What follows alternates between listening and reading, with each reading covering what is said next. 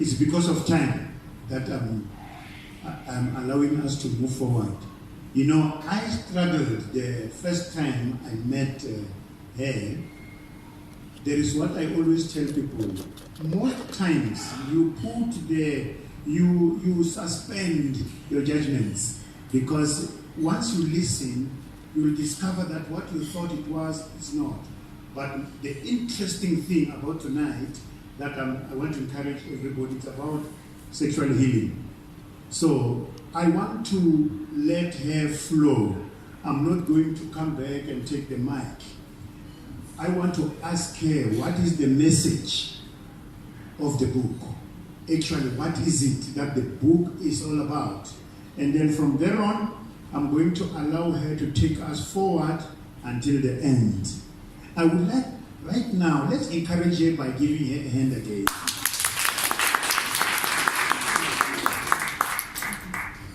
Thank you. So the message.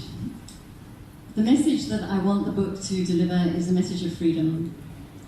I want people to really understand that their sexuality is something that was given by the Creator. And how could a Creator make you sexual and then say that your sexuality is bad and wrong, and if you use it, you're going to go to hell? That is insane. It's insane to be made sexual and then be told that your sexuality is wrong.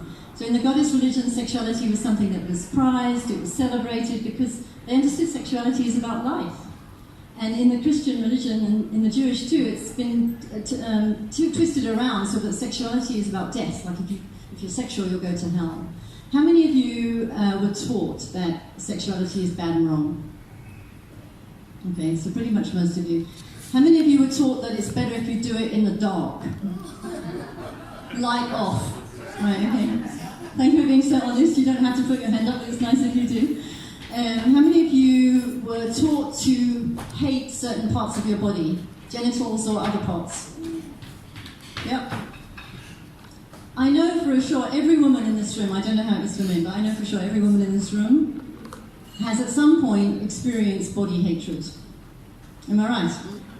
Yeah. Whether you've healed from it or not, that's another question, but you were taught that your body, in the Catholic Church, a female body is the occasion for sin.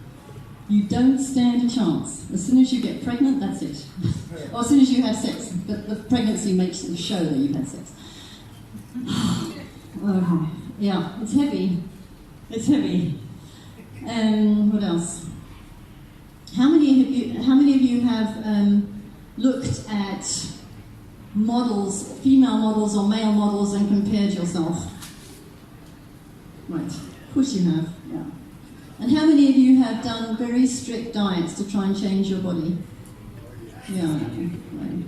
So can you see how all of this comes from this religious idea that there's something wrong with our flesh and something wrong with our sexuality? So we're constantly trying to change it, constantly trying to stamp out that ugly, evil imperfection. And that's what Christianity has given us. It's very sad and very sick.